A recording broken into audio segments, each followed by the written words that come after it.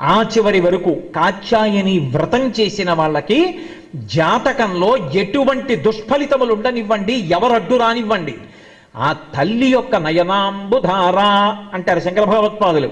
అలా ఆమె యొక్క అనుగ్రహ శక్తి చేత చెల్లాచెదరు చేసేస్తుందంటే ప్రతిబంధకాలు చేసి యోగ్యుడైనటువంటి వరుడు వచ్చేటట్టుగా చేస్తుంది.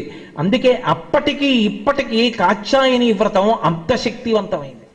కన్యకామణులు హేమంత ఋతువు వచ్చింది అంటే కాత్యాయని వ్రతం చేస్తారు. అందులో ప్రత్యేకించి కుజదోషం ఉన్నటువంటి వాళ్ళు అసలు కాత్యాయని వ్రతం చేసుకోకుండా వివాహానికి అనుమతించరు తల్లిదండ్రులు. అంత గొప్ప తల్లి, అంత గొప్ప వ్రతం కాత్యాయని వ్రతం. కాత్యాయని వ్రతం కేవలం కన్యకామణులకే కాదు.